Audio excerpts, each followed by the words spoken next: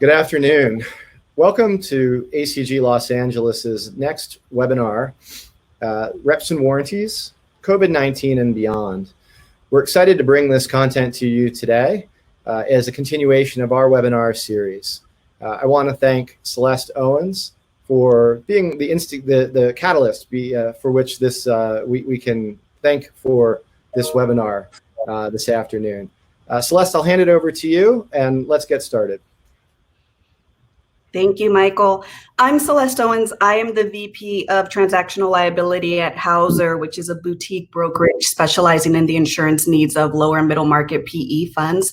And I just want to have the rest of the panelists introduce themselves before we sort of kick this off. And I'll start with I. If you could introduce yourself, I.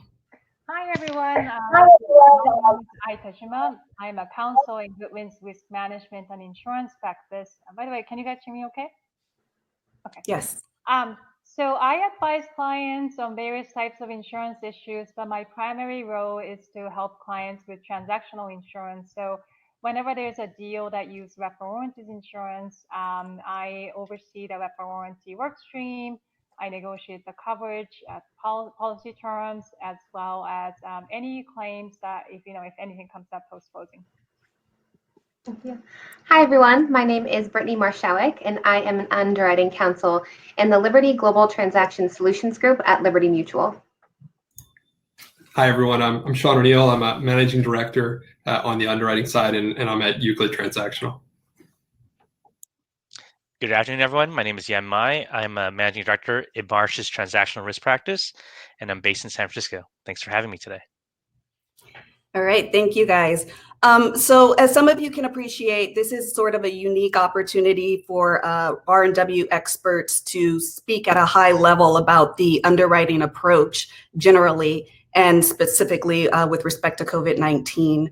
I know everyone's really eager to hear about Reps and Warranties insurance and how COVID-19 has impacted it, but we're actually going to start at a high level with Reps and Warranties 101, just as a refresher for some of you who maybe haven't used the product in a while, or maybe some of you who are newer to Reps and Warranties and insurance. And hopefully that will help to contextualize some of the insight that our panelists have. So starting with the most basic of basics, Reps and Warranties questions. Yem, can you sort of explain what Reps and Warranties insurance is and who tends to use the product? Sure. So Reps and Warranties insurance is an insurance product that provides coverage for financial losses resulting from breaches of Reps and Warranties made by a seller or on behalf of the target company contained in an acquisition agreement. It's used to protect an insured from unanticipated, unknown, unforeseen losses related to breaches of those reps. It can be taken out by the buyer or the seller. With respect to who uses it, historically, the product, when it first began, it was used by sellers who were looking to backstop their obligations in the event that there was a breach of a rep that they had provided. Then it's probably switched about 9 years ago, or 10 years ago now, where you started seeing private equity sponsors who started using it as buyers. They were using it as a way to be competitive in auctions. In fact, these days, about 99% of the policies that we place at Marsh are with buyers. And it's also no longer just financial sponsors who are using it. At Marsh, for the last few years now, about half of our policies are placed with corporate clients. Thank you. As a policyholder advisor, can you explain why you think your clients find the product useful and what sort of problems Reps and Warranties insurance has resolved for them? Sure. I think for the most part, as Yem alluded to, most buyers are coming to this product because it's been historically seller's market, in the last number of years. So the buyers are not getting enough protection in the purchase agreement. So the sellers are saying, we're not going to give any indemnity at all in the contract. We'll give you a very, very tiny escrow instead of a traditional 10% escrow. So increasingly, the buyers are turning to the Reps and Warranties insurance to increase the protection related to the deal. Other times, the clients turn to the insurance to deal with counterparty risk.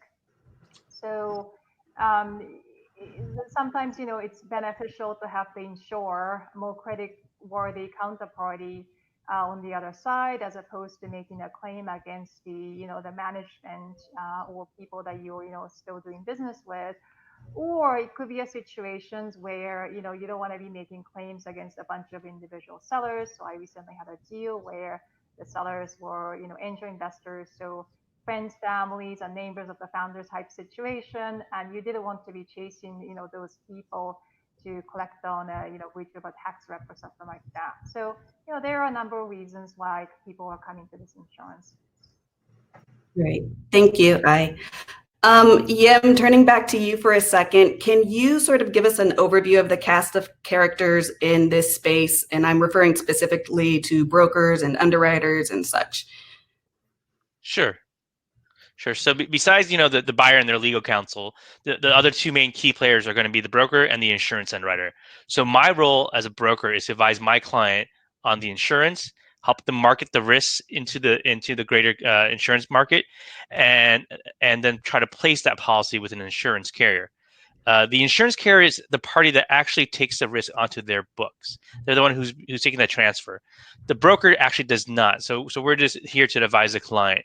And sometimes you'll see insurance carriers may outsource their underwriting to an MGA or managing general agent, which I'll let Sean describe later for you. All right, thank you. So we're actually going to start with Brittany's explanation of what Liberty is in terms of an insurance carrier and how that's different from a managing general agency. Sure. The main difference between an insurance company like Liberty Mutual and an MGA is that we actually write our policies on our own company paper and use our own capacity. And thus, if there are any losses, we directly bear those. Also, unlike some MGAs, if there are any claims, we handle those with our own in-house claims team. So our claims specialist is actually dedicated to the rep and warranty product, sits with the rep and warranty underwriters. And so if there are any issues that come up, we're able to quickly address them because we're in constant communication. All right. And Sean, can you give us a little bit of an explanation about Euclid and what type of MGA it is? Sure. So like Yem said, we're an MGA, which is a managing general agent. That means we have authority to write insurance on behalf of a group of insurers. In the U.S., we have 4 insurers: Swiss Re, Allianz, Aspen, and SCOR. We have a team that just writes transactional liability insurance. Euclid Transactional is 30 plus folks here in the U.S. and Canada, plus a team in London writing deals in Europe, and that includes a 6-person claims team. So we do the underwriting on the front end and the claims handling on the back end. And through your policy experience, you're working directly with Euclid. All right, perfect. So the first step in the process of obtaining a reps and warranties policy is for the broker to go to the market to obtain quotes, right? And quotes, or non-binding indication letters, also known as NBILs, sort of represent the insurer's preliminary assessment of their risk appetite for a particular deal. And it's also the potential insured's first opportunity to sort of see what type of limits are available for their deal, what retention options are available, and what the pricing would look like. So Brittany, can you sort of break that down for us, starting with limits and policy limits and retention? Sure, I'd be happy to. So in general, the usual policy limits that's requested from us on a deal that we'd be issuing a rep and warranty policy on would be about 10% of the target company's enterprise value, which is the purchase price for the transaction. And this is because the rep and warranty policy evolved to replace the typical 10% escrow that would have otherwise been in the purchase agreement. So for example, on a deal where the target company's enterprise value is $100 million, the typical limit that would be requested from us would be $10 million. However, the buyer can ask for higher limits, lower limits, or several limits all at once. It really just depends on their risk appetite. And at Liberty, we can write US policies up to $200 million on our own paper, so the limits can actually become quite large. And as for retentions, that's the deductible under the policy. And it's become market standard over the last few years for the typical retention to be about 1% of the target's enterprise value. There are some cases where it might actually be higher. A good example would be if the target company has a very low enterprise value, but is in a high-risk industry, the insurer might decide that a retention that's 1% of the enterprise value wouldn't actually give a meaningful dollar amount of a retention, so they might price it higher than 1% of enterprise value. But then on the other hand, it can also be lower. This happens a lot on larger transactions where the enterprise value of the target company is very high. So you could still have a meaningful dollar amount of retention, even if the retention is less than 1% of the enterprise value. And this would be especially true on deals where the broker is building a tower of insurance, which means there are multiple insurers on the same transaction providing coverage in different layers and different amounts. Just given the competitive nature of those kind of deals, the retention is often less than 1% of the enterprise value. Perfect. And do policy retentions remain the same throughout the life of the policy? No, actually, that's a good question. So the retention amount that's in place at the closing of the transaction is usually the amount in place for about a year into the policy term. Then after a year, it's become market standard to actually drop down that retention to a lower amount, which is usually about 0.5% of the target values, the target company's enterprise value. And the rationale here would just be that usually within the first year after a buyer acquires a company, that's when they find out most of the unknown issues that they didn't know about at closing. And also the company's been through one audit cycle. So after 1 year or 12 to 18 months, the risk is a bit less. And so the insurer likes to give the buyer the benefit of that by dropping down the retention. Perfect. Sean, do you have anything to add? Yeah, I mean, there's two different, I guess we think of two different categories of retentions, the no seller indemnity retention and the split or limited seller indemnity retention. You know, traditionally there still was a seller indemnity. So in that typical or hypothetical $100 million deal with a $10 million limit of liability on the policy, you know, you'd have that 1% retention that Brittany mentioned, and that might be split between the buyer and the seller, meaning, you know, the buyer has a true deductible of $500,000, and then maybe there's a seller escrow that's covering the next $500,000 of risk, and then the policy attaches for the $10 million of risk under the policy. That's the limited seller indemnity structure. You know, the benefit there from the insurer's perspective is that you have a seller with kind of the skin in the game. They're standing behind the reps with the amount that's in the escrow. The other alternative is where the buyer just bears the entire 1% of the retention themselves, the no seller indemnity. The benefit there to the buyer is that it can, you know, differentiate their bid in a competitive situation, help them to stand out. There isn't the seller skin in the game, but you know, we can account for that with a slight increase in price, and it's very common to see both structures. All right, thank you, Sean. So we heard a little bit about the standard retention structure under a reps and warranties policy, but I think what we want to also mention is that there might be exceptions to that 1% retention that drops down to 0.5%. You know, depending on whether or not an underwriter really likes the risk, if they want to submit very competitive terms, they might offer a sub 1% retention. Real estate deals tend to have smaller retentions. Deals of certain sizes, which Yim might be able to speak to a little bit more, have smaller retentions. And then there also might be minimum retention. So you might not see a drop down that goes to 0.5% of the EV, right? Because some carriers have minimum retentions. Yeah, I think that's correct, Celeste. So you know, you just talking about real quickly, you're talking about minimums. You know, if you're doing a deal that's probably deal value less than $35 million or so, you know, you're probably going to get 1%. The retention is probably going to be higher than 1%. And you're talking about, like, you know, underwriters really liking deals. I would say, you know, before I would say if you're in above $500 million, then you're probably going to get less than 1% on retention. Given the current economic situation, there aren't as many deals. So I have a deal right now. The enterprise value is between $100 and $200 million, and we're getting well below 1% retentions to start off. So it's you know, it depends on the market conditions as well, you know. But typically 1% is a good rule of thumb, but it's been changing a little bit. All right, perfect. And now moving on to pricing, Sean, if you could start us off by explaining how pricing works under a reps and warranties insurance policy. Sure. So you know, pricing is looked at as a percentage of the amount of the limit of liability that you're purchasing. So in that hypothetical deal where you're buying a $10 million limit of liability policy, you know, pricing today tends to be in the high 2% range. So if it's a 2.9% rate on the policy, that means your premium would be, you know, $290,000 or something like that. You know, there's an average premium in the market, and then what underwriters do is they look at the deal and they look at the parties involved, and they decide, is this a riskier deal than the average deal in the market, or is this a less risky deal? How much do I like this deal? And so they can adjust the price either upwards or downwards. Same as they were discussing in the retention earlier. If you're going to get more aggressive on the retention, you might also look to get more aggressive and offer a lower pricing. Or if you find the deal is has more risk in it, then you're gonna look to increase the pricing. All right. And we sometimes see that carriers or MGAs have minimum premiums. Brittany, if you could explain that a bit. Yes, most insurers do have a minimum premium amount that they're willing to underwrite the deal for. And that's just because whether it's a larger deal with a larger policy limit or a smaller deal with a smaller policy limit, it's still going to require a significant amount of time for the insurer to underwrite to. And even on the smaller deals, the insurer is still taking on real risk. There has to be some kind of threshold premium amount that the insurer thinks it's reasonable to then both spend the time underwriting the deal and to take on the risk.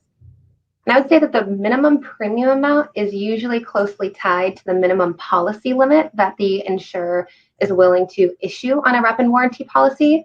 There are some insurers in this rep and warranty space that specialize in the smaller deals, but some of the larger insurers like Liberty and Mutual, they tend to think that a limit on the $5 million end is a little bit low. That's probably the lower end of the limits they'd be willing to underwrite a deal for. Of course, that can fluctuate based on current market conditions, kind of what Yen mentioned before, and deal-specific factors. But let's just say in the scenario where an insurance company decides that the lowest limit they're willing to issue is $5 million, their minimum premium would therefore be whatever amount they think is reasonable for a $5 million policy limit. All right. Turning now to a rep and warranty underwriter's process for evaluating risk and getting comfortable with risks. Sean, at a high level, how do reps and warranties underwriters analyze risk on a potential deal? Sure. So, we were talking about how, your perception of the risk on a deal, impacts pricing or retention or coverage terms. I kind of think of risk in three different buckets. The first is the risk that's involved in the target company that's being acquired. Things like what industry is it involved in? Is it a highly regulated industry? Has the company been subject to historical audits of its financial statements? Does a company have a lot of international operations or complexity there? Those are all ways that you can kind of gauge the risk level at the target company level. The second bucket of risk, I think, is the risk around the sellers, the purchase agreement, and the disclosure process. You're looking at a set of representations and warranties that are being covered by the policy. Are those seller favorable? Are those buyer favorable representations? Are they kind of market standard in the middle? And who are the sellers? How sophisticated are they and their counsel? And are you getting a sense of their disclosure process and how they're going about disclosing all of the known issues against the reps and warranties appropriately? And then I guess the last bucket of risk would be around the diligence process. Is there something in the diligence process that the buyer wasn't able to look at or decided not to look at that you're viewing as material? If it's a chemical manufacturer and the buyer wasn't able or decided not to engage environmental professionals to go on site and conduct a phase 1 review, that might be an area where you're judging it to be the overall deal to be more risky than it might otherwise be. So Brittany, Sean mentioned a little bit about the diligence process, but can you go into an explanation with respect to the due diligence expectations that Liberty might have? Yes. So for diligence, when we're underwriting a deal, we expect there to be fulsome diligence in all relevant subject areas for the target company. For example, that could be tax, employment, IP, etc. So in our initial quote that we send out, the NBIL that Celeste mentioned, we'll also highlight the areas we're particularly concerned about, and we'd want to see detailed reports on those. I also wanted to mention that the reports are almost always prepared by third-party advisors that the buyer engages for the transaction, like financial and legal counsel. But if the buyer was planning to do the diligence in-house, that's something that they would need to let us know at the quoting stage, and we would expect that the buyer had a very experienced in-house team. But for some cases, if the diligence is really complex or it's a very large transaction, some insurers will actually decline to proceed with the transaction if all due diligence is going to be done in-house. Thank you. We often hear that this type of insurance doesn't cover known risks. Can you talk a little bit about what that means? Sure, it sounds simple, but it's actually nuanced, and coverage could be preserved or lost on that basis. So, to give a very basic example, let's say you are buying a company and you know that the company is the defendant in a litigation. Um, you're not going to get coverage for that litigation under this insurance for a number of reasons. But part of it is because and it typically will be disclosed in the disclosure schedule. And you can imagine, it's a matter of common sense. If that would be covered under this insurance, Brittany and Sean would not be in this business because, it would not be a viable business model. And from a technical perspective, when we talk about the coverage, we look at it from two angles. First, we look to see if something is within the scope of coverage. And second, we look to see if there is any exclusion that would apply to that topic. So, as I mentioned about the disclosure schedules, typically the reps are qualified by the disclosure schedule. So if the seller says that the reps are true except for X, Y, and Z, you will not be able to make a claim with respect to X, Y, and Z, at least under that rep, because those matters are accepted and you wouldn't have a breach to be able to trigger coverage under the policy. Then you look to the exclusion, and there is something called the actual knowledge exclusion. And I won't repeat the full definition, but suffice to say, it's typically a very high standard.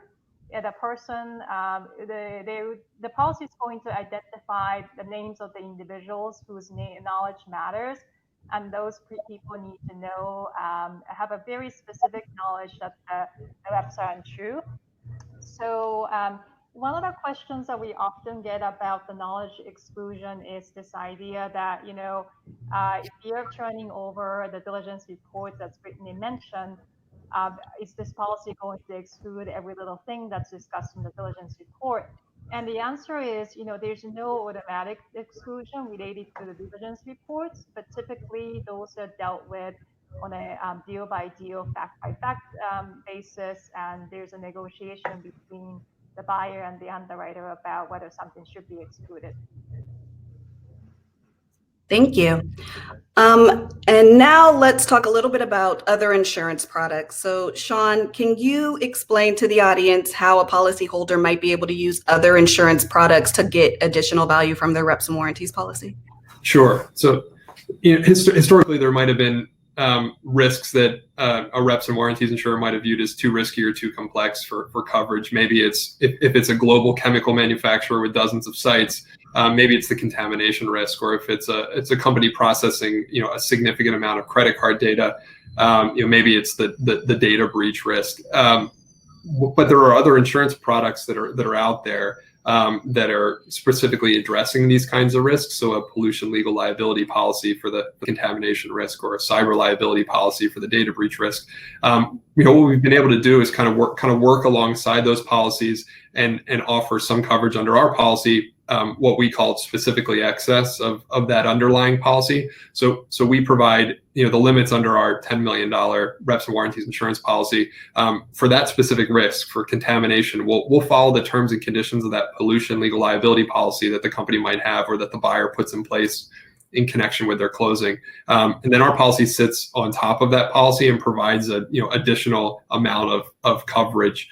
So it's just a place where we've been able to provide some value on the reps and warranties policy that maybe historically would have otherwise been an exclusion. All right, thank you so much. That concludes the Reps and Warranties 101 portion of our panel today. And now we're going to move into COVID-19 and its impact on the reps and warranties market. We'll start with Yem. Can you share Marsh's insights on whether COVID-19 has impacted the reps and warranties market? Sure. So at Marsh, we haven't seen a reduction in appetite for deals themselves by the insurance carriers. We have seen a reduction of deals because of the overall economic conditions right now. So the marketplace remains healthy for placements of reps and warranties.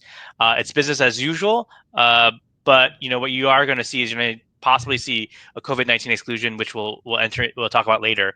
As previously noted, what we're seeing though in the market is that we're seeing that minimum retentions are dropping from the carriers a lot. Deal size minimums and premium minimums have been declining. In fact, I just closed a $4 million enterprise value deal the other week, and I've been in this business as an underwriter and as a broker for the last 8+ years, and that's the smallest deal I've ever seen. But we did it. So another thing that we want to talk about is I've seen some articles coming out. They're saying, hey, premiums are going to go up, retentions are going up, but that's just not been our experience at all. I think that's just because there are not that many deals available right now, and so when there are deals, I think people are jumping on them. That's why we're seeing under $200 million deals with retentions under 1%. So the marketplace itself is open, except there's less deals. And the deals that we have seen come back a lot, I mean, I've had a number of deals die right when COVID-19 and shelter in place in March started hitting. We have seen a number of those deals come back, but where we have seen is the enterprise value on those deals and the multiples on those deals have been coming down. So that's the probably way that those deals have come back alive. All right, thank you. So Yim, you mentioned a little bit about COVID-19 related exclusion. So let's get into that. Sean, can you talk to us about Euclid's approach to COVID-19? Sure. So for the new deals we're quoting right now, we do have an exclusion. The wording for the exclusion is going to be something along the lines of the impact on the target company to the extent it's attributable to COVID-19. Obviously the situation here is fluid. We're watching as things change, and we'll continue to refine our position as the situation changes. But for us, our underwriting process ultimately relies on two things. First, it's the sellers having a full understanding of the ways their business is being impacted by a specific risk, and that allows them to make all of the required disclosures and the schedules against the reps. And two is the buyers being able to get in and fully diligence and verify the extent of those impacts. And our view is that at this time, we think companies are still very much in the middle of sorting this out. Management teams might not necessarily have all the information they need on hand when they're sitting down with their legal counsel to disclose against the reps. So we view this as something that's very much we're still in the middle of. That's where we are today. That won't be the case forever. At some point, COVID-19 becomes much more of a retrospective risk, and then it looks a lot more like all of the other risks that we're covering under our policies. So it's something that we'll just continue to watch. All right. And Brittany, can you walk us through Liberty's approach? Yes, and I completely agree with Sean that the COVID-19 pandemic is a very fluid situation. Liberty's position has evolved and may continue to evolve depending on current conditions. And we understand that some insurers are giving automatic full coronavirus exclusions at the quoting stage, but for Liberty at this time, we are trying to approach each deal on a case-by-case basis to determine if an exclusion is appropriate. We do believe that most businesses are impacted by COVID-19 in some way, so we are still going to expect full diligence. But at the quoting stage, if we feel that the risk for a particular business of the impact of COVID-19 on that target company is lower, we may just have a heightened risk in our NBIL, the quote, instead of a full exclusion.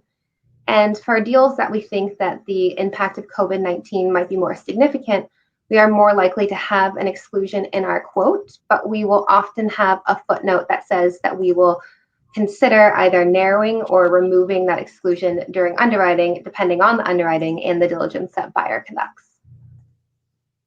All right. And how exactly do you go about analyzing the risk? There are a few things. When we're approaching our analysis, we are more cautious of certain industries. Those industries probably, you're aware of the issues with travel and tourism, hospitality, leisure events. We also are looking more closely at in-store consumer retail, manufacturing, hospice.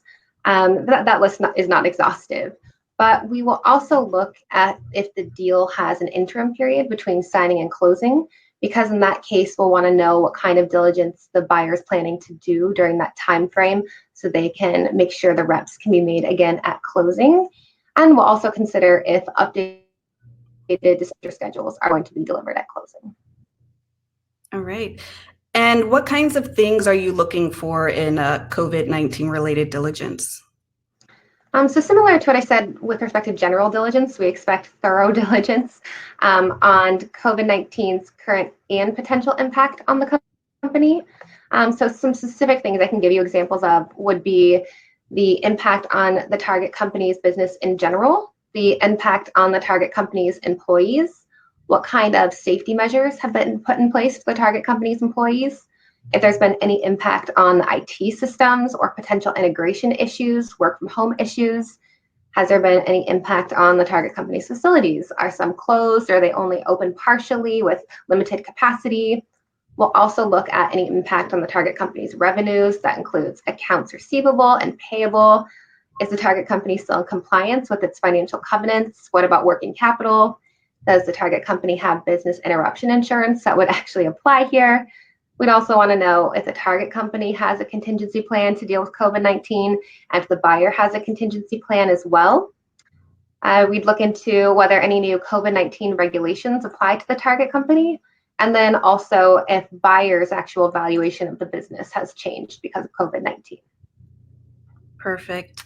And I think what we want everyone to take away from the panel today is that the market is sort of split on its approach. There is no uniform approach, right? There are a handful of carriers that have sort of business interruption related exclusions, and they're all worded differently. Some are broader than others. And then there are carriers that, like Liberty, are willing to subject it to underwriting and just sort of evaluate what sort of diligence the buyer can put forth and determine whether or not it's adequate for the policy. So what has been your experience in negotiating COVID-19 policies, and have you seen carriers that are actually narrowing their exclusions as they sort of say they will in their NBILs? Yeah, we being able to narrow the exclusions on a deal by deal basis, and to give you two examples, for to just make a contrast. So one deal, the target was in the data management / tech business. So if anything, their business was doing well, relatively speaking. And the insurer had initially proposed their standard exclusion that had maybe like a dozen different things. We narrowed the exclusion to the impact on the target's customers, which we acknowledge that we sell to some extent. So that was one example. Another exclusion that we dealt with was with respect to a healthcare deal. So in that business, the business was actually doing fine financially in January and February. But as of a date in mid-March, the company made certain major changes to its business. So as of that date in March, they postponed all the elective procedures. They cut the clinic hours, they reduced the employees' hours, made a number of other corresponding changes. So what we try to do for the policyholder is to try to make the exclusion around those known events, because we didn't expect coverage for those specific issues, but we try to preserve coverage for the unknown. So we looked at the exclusion from several different angles. I think one of the first things that we need to pay attention to is the leading language for the exclusion. So there are various language that you see in policies, like arising out of, resulting from, based upon, related to, and we in our policies we don't really use related to.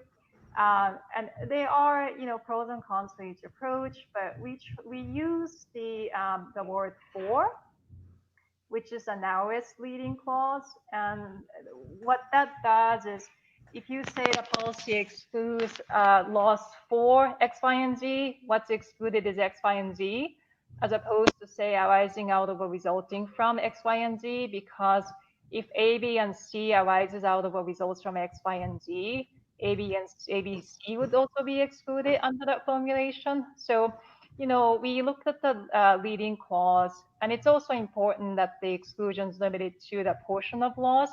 Typically, that's already baked into the policy form you have, but that's another thing you want to pay attention to. The other thing that we negotiated is the subject matters that are to be excluded. So typically, the carriers have a dozen different things that they want to exclude. And we crafted the exclusion to be around the specific events that apply to that business. And we were able to come to an agreement on that with the underwriter. We also try to put in a pretty clear time frame around the exclusion. So, post-binding, when there's an issue, people could, pick up the policy and have a pretty good understanding about how the exclusion is going to be applied. So in that healthcare example, because we had the specific date in March when certain changes occurred to the business, we crafted the exclusion around that date.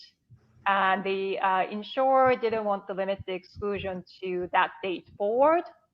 So we agreed to tack on an additional period prior to that date, but we put a higher burden of proof with respect to the prior period.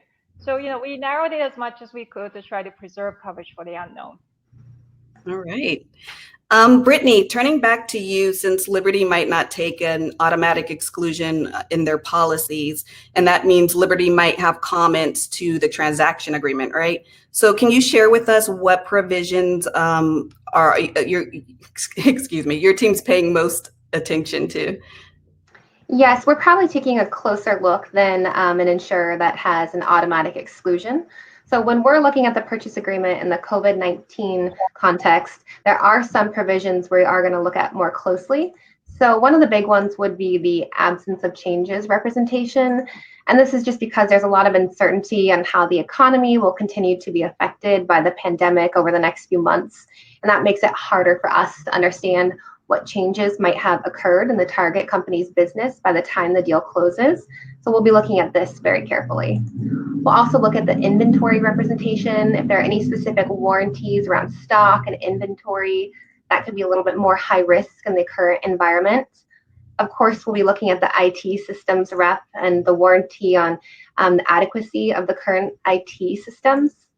We'll look at the insurance representation, especially if it talks about adequacy of insurance. And again, if the target company has business interruption insurance that would apply in this scenario. We'll look at the material contracts representation and what kind of warranties are made on the key supplier and customer contracts. Another big one would be the employment rep, just because that rep could speak a lot to changes in terms of employment, engagement, sick pay, the holidays, mass layoff, WARN Act requirements that are all being implicated during the current pandemic. And then for non-rep items, we would look carefully at the definition of material adverse effect. We're less worried if pandemic or COVID-19 is specifically carved out of that definition as something that would not be a MAE. But if there's language, and we've seen this before in a purchase agreement, that says that COVID-19 and pandemics in general are MAEs, we're more likely to strike that provision. And we're also going to have more questions on why the buyer took that position. And it actually might make us more likely to have an exclusion for coronavirus if it seems that the buyer's already viewing coronavirus as something that's material enough where they might want to walk away from the transaction at some point. And then, as I mentioned before, if there is an interim period, we want to make sure that the buyer is doing thorough diligence by closing. And if the interim period is very long on the deal, that fact would probably have us lean in favor of at least having some kind of conditional exclusion for coronavirus at signing that maybe we'd consider removing at closing, depending, again, on what kind of diligence buyer did during that interim period. Of course, there are going to be other applicable provisions, but we would review those on a case-by-case basis. Perfect. In my experience, and maybe Yim can attest to this, I think that's pretty much consistent with the other carriers or MGAs in the market that are taking that approach. I will say that there's one carrier that specifically says, and I don't know if these types of reps are still being included, but I think they were at the start of the pandemic. COVID-19 specific reps are obviously going to be stricken. Yim, do you have anything to add there? Yeah, I think we've advised clients where we have seen COVID-19 specific reps. And for the handful of carriers who are not excluding COVID-19 right away, we explained to our client that if you're going to have COVID-19 specific reps, you're definitely probably going to trigger them to be more worried about your the risk then. And so those who are maybe willing to underwrite it may now exclude it. So typically, we've advised that you may not want to have those types of specific reps in the purchase agreement. All right. And Sean, did you have anything to add? Yeah, no, I agree. We've seen more. I think we've seen more COVID-19 specific reps, and then related reps around things like compliance with the requirements under the CARES Act, more and more through the month of April here, and then so it'll be interesting to see, for now we have an exclusion, that it's a dynamic situation. It'll be interesting to see as things develop and this becomes more of a historical risk, and those start to become reps that maybe sellers, in hindsight, looking back and seeing what happened, are able to give and properly disclose against, and buyers are really able to get in there and fully diligence all of these impacts. It'll be interesting to see how this continues to evolve. All right. I know there have been a number of changes to the way purchase agreements are being drafted and negotiated, as Brittany described earlier. But is there anything else that jumps out at you as policyholders counsel? Yeah, I think enough of the changes that we discussed have to do with closing certainty and the purchase price that the buyer has to pay to get the transaction done, and those are not necessarily impacting the coverage, right? But I think the one issue that I think is important is the disclosure schedules. Again, we come back to the fact that to trigger coverage, you need to show a breach. So I have seen some sellers put in a generic disclaimer related to the pandemic or the coronavirus. And any type of undifferentiated generic disclaimer or this disclosure is going to make it difficult to demonstrate a rep breach. So if you are doing a deal and you want to preserve coverage, it's in the buyer's interest to make sure that the disclosures are narrowly tailored and with respect to the specific rep that applies to that issue. Okay. And going back to you, setting aside the market dislocation caused by the pandemic, what trends are you seeing in the market? I think, like Yem said, I think I'm seeing more smaller size deals, 50 million or lower. And it seems that, because it's a crowded market in terms of the rep warranty insurance, it's about 20, and, we have a brand new MGA as well. So it seems that there is more appetite compared to a couple of years ago to underwrite those risks, provided that, the policyholder is willing to buy about like $5 million in coverage limits or something like that. So we see that, and I know you said, other than the pandemic, but we also, in the current, market environment, we also see an increased use of earnout as well as rollover. Both of those issues have impact under the rep warranty coverage with respect to how the retention is calculated or whether the buyer gets to recover 100 cents on the dollars. Those are points to be negotiated, so it's something that you want to discuss at the quote stage, or as early as it comes, those things come up. Okay. And I know you advise clients on various types of insurance besides reps and warranties, but when we talk about M&A transactions in the midst of the coronavirus pandemic, in light of all that we've discussed today, how should a buyer or another kind of a seller think about the role of reps and warranties insurance? I think your audio cut out. Okay, sorry. I think that the starting point, like other panelists have said, throughout this presentation, is the coverage for this insurance is for surprises and with respect to breaches of reps, right? So necessarily the coverage under the policy is backward looking. It's about surprises and legacy liabilities that you didn't know that you inherited. So it's not a forward-looking coverage in the sense of, you bought the company and in January and in February, the government ordered you to shut down your operations. And now, you're looking to get to some coverage. You're not going to have coverage on this policy because there's no breach that you could point to. And likewise, if you buy the company and for whatever reason, the performance is down, unless there's a rep breach, it's not going to be a covered thing in this policy. So I think it's really important to keep that in mind, that the coverage is backward looking. But as we said throughout this presentation, there are different approaches to the COVID-19 related exclusion, and we try to preserve coverage for the surprises and unanticipated events. So it's really important to pay attention to how these things are, underwritten and what the exclusion language says. Agreed.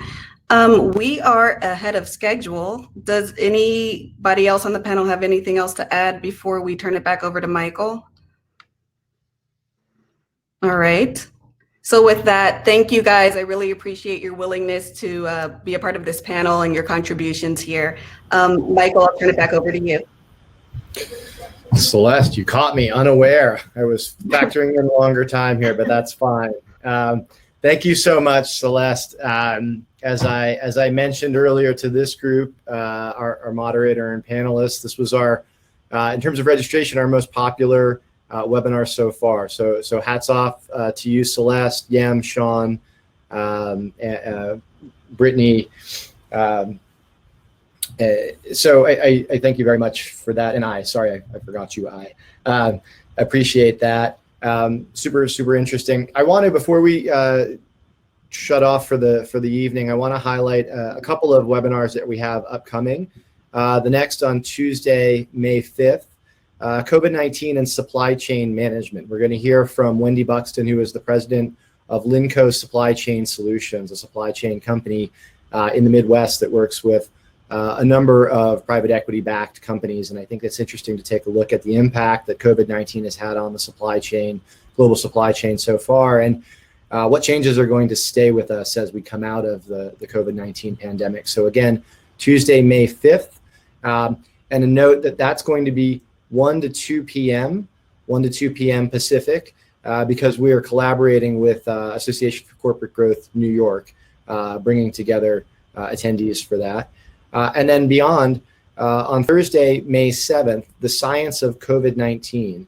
We're going to be joined by our host, Dr. Joanne Wiedhaus, who is both the chairperson and founder of MiraDX, a company that is currently producing just about 10% of the COVID-19 tests that are currently being given in the state of California.